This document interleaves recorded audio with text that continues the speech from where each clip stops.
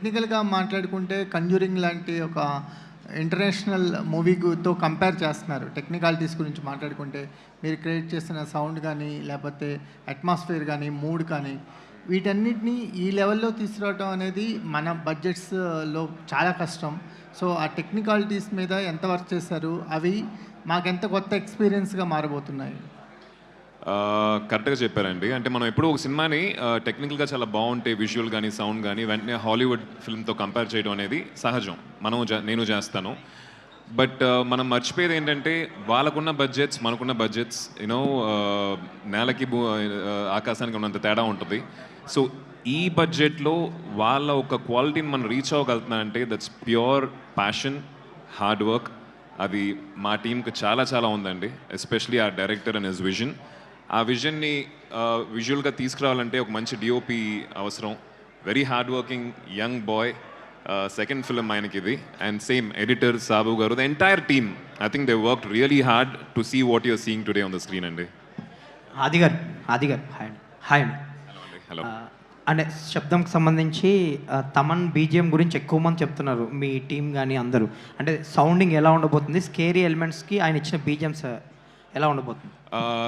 అరే ఎవరైనా చాలా బాగుందని అంటామండి. బట్ మీరు సినిమా చూసిన తర్వాత 100% కాన్ఫిడెంట్గా చెప్తున్నాను.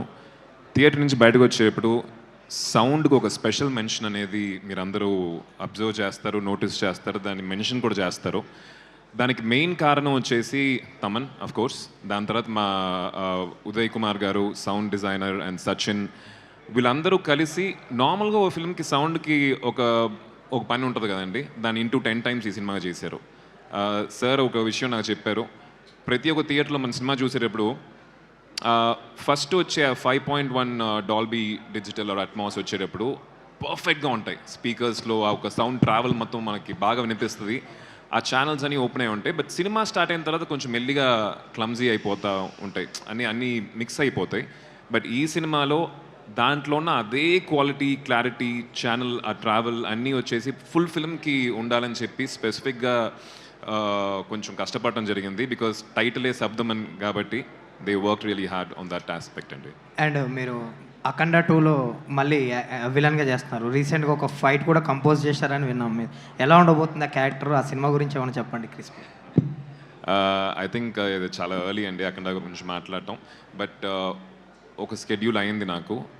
Very very nice experience. Boyapati గారు, బాలయ్య గారు కాంబినేషన్ గురించి మన అందరికీ తెలుసు. ఒక ఫుల్లీ పవర్ ప్యాక్డ్ ఎనర్జీ ఉంటుంది దాంట్లో. To be part I'm really happy. ఈ స్కెడ్యూల్ అయితే చాలా ఎక్సైటింగ్గా ఉండింది. బాలయ్య గారితో వర్క్ చేసిన ఎక్స్పీరియన్స్, ఎప్పుడో చిన్నప్పుడు బంగారు బ్లూడ్ షూటింగ్లో డాడీతో పాటు వెళ్ళినప్పుడు ఆయన కలిసిన ఒక అనుభవం. దాని తర్వాత ఇప్పుడు కలుస్తున్నాను. He still very energetic, fun loving, and I think next schedule కోసం నేను ఈగర్గా వెయిట్ చేస్తున్నాను. ఆది గారు